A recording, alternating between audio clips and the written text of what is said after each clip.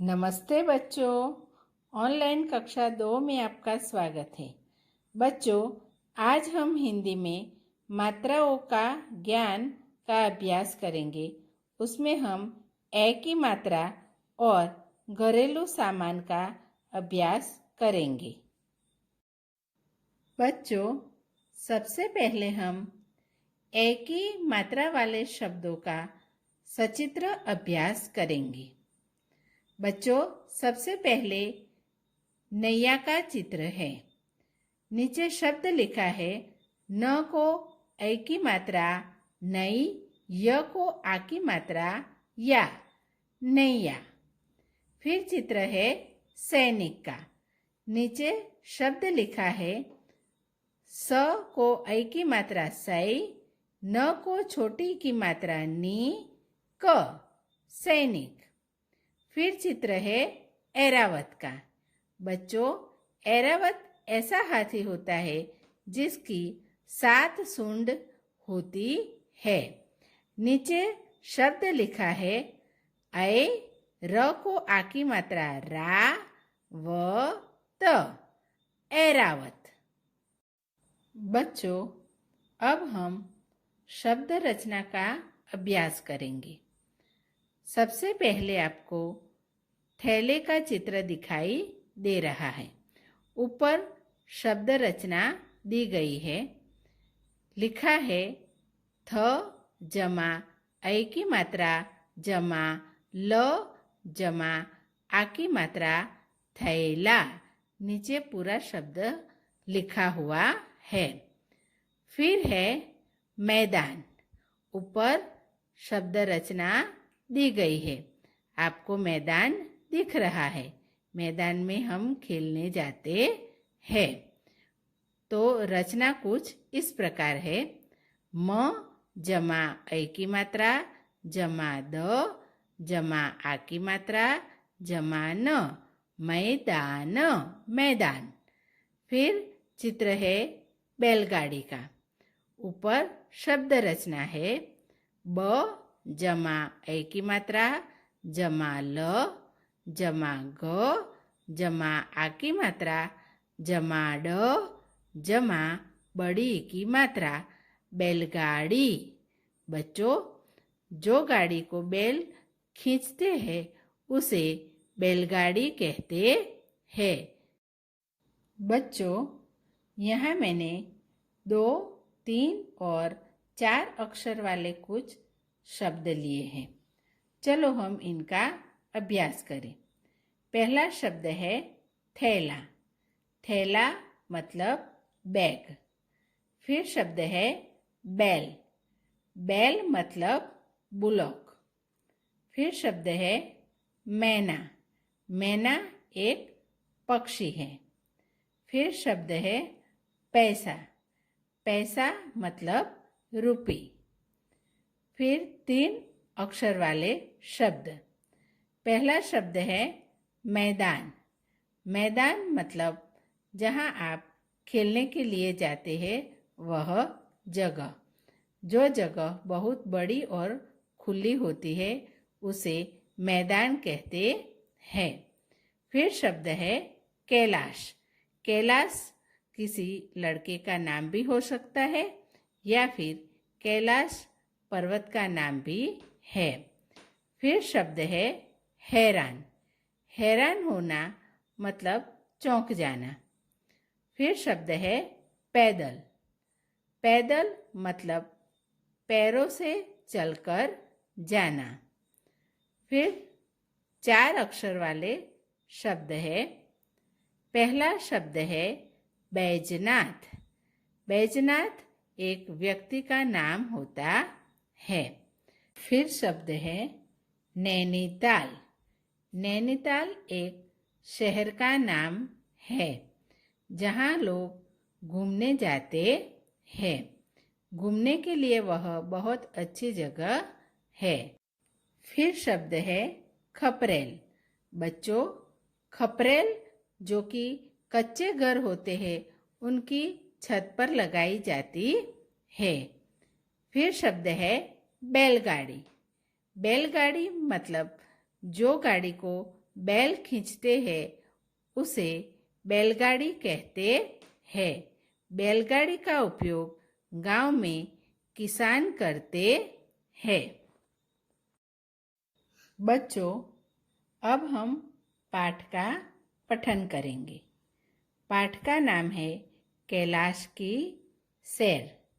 बच्चों, यहाँ एक कैलाश नाम का लड़का है जो कि सैर करने अपनी दीदी के साथ निकला हुआ है। वह नैनीताल की सैर पर गया है। तो चलो उसके बारे में अभ्यास करें। पहला वाक्य है, कैलाश आज नैनीताल गया। मतलब कैलाश आज नैनीताल घूमने के लिए गया है। जाते समय उसने सबके पैर छुए। बच्चों, जब हम बाहर जाते हैं तो अपने बड़ों के पैर छूने चाहिए, उनके आशीर्वाद लेने चाहिए। आप चित्र में देख रहे हैं कि कैलाश अपने बड़ों के पैर छू रहा है। फिर वाक्य है, सब हैरान थे कि कैलाश जैसा शैतान लड़का इतना भला कैसे बन गया। तो सब हैरान हो गए।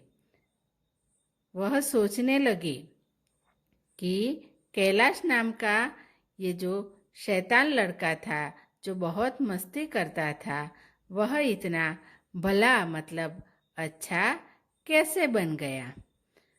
फिर नीचे लिखा हुआ है, वह मैना दीदी के साथ गया है। वह किसके साथ गया है? अपनी दीदी मैना के साथ। मैना दीदी का थैला उसी के पास है। मैना दीदी का थैला कैलाश के पास है।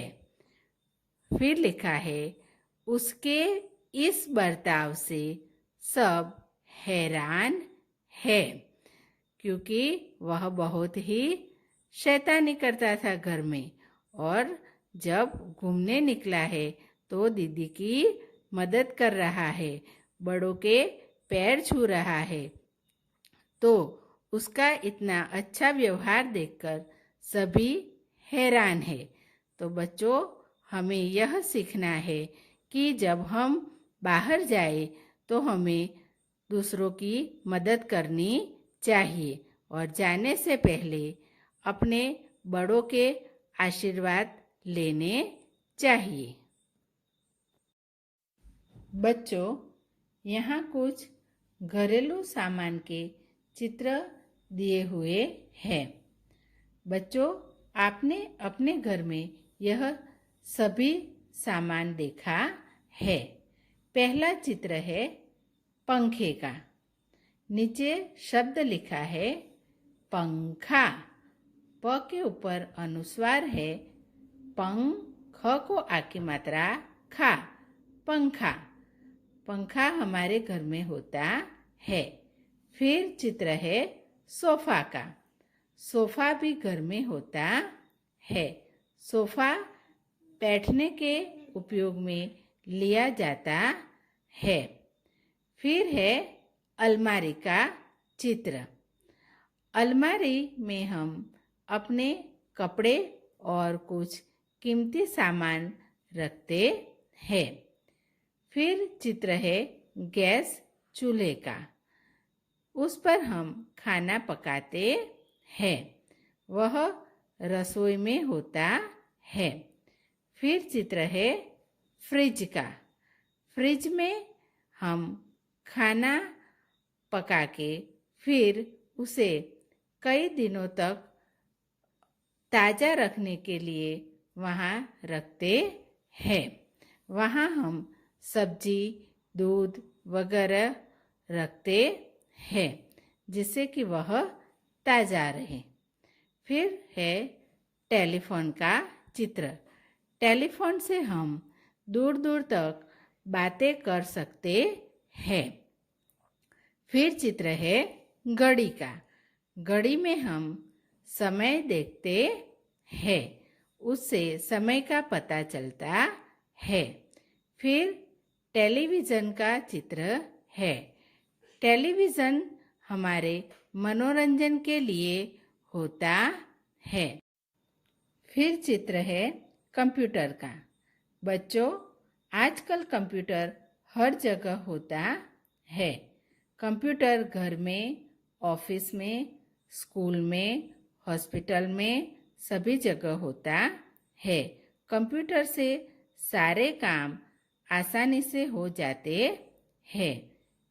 कंप्यूटर आपको पढ़ाई में भी मदद करता है। आप कंप्यूटर की मदद से अच्छी पढ़ाई कर सकते हैं। बच्चों, आप यहाँ चित्र में बहुत सारी चीज़ें देख सकते हैं। उनमें से कुछ चीज़ें ऐसी हैं जो कि आप सिर्फ रसोई घर में देखते हैं। ऊपर सूचना लिखी है, इन वस्तुओं में से कौन कौन सी चीज़ें रसोई घर में पाई जाती है, उन पर सही का निशान लगाओ। तो बच्चों, यहाँ मैंने कई जगह सही का निशान लगाया है। पहला चित्र है संडसी का। संडसी का उपयोग हम गरम चीज़ें पकड़ने के लिए करते हैं। वहाँ सही का निशान है। फिर चित्र है बैंगन का। बैंगन एक सब्जी है, तो वह भी रसोई घर में होता है, तो इसीलिए वहाँ सही का निशान है। फिर गिलास का चित्र है, वहाँ भी सही का निशान है। फिर चित्र है बेलन का, तो बेलन भी रसोई घर में होता है। फिर चित्र है थाली और कटोरी का। थाली और कटोरी भी रसोई घर में होती है। तो बच्चों, आपने यहाँ देखा कि कौन कौन सी चीज़ें रसोई घर में पाई जाती है। बाकी कंघा, पेंसिल, इरेज़र और टूथब्रश, ये सारी चीज़ें रसोई घर में नहीं होती। पेंसिल और इरेज़र पढ़ाई के काम में आते हैं। कंघे से हम बाल संवारते हैं और टूथब्रश से हम दांत साफ करते हैं।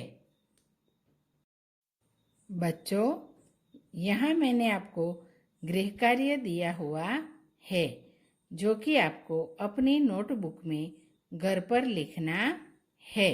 यहाँ 2, 3 और 4 वर्ण वाले शब्द दिए हुए हैं। आपको इन्हें अच्छी तरह से लिखना है। धन्यवाद बच्चों।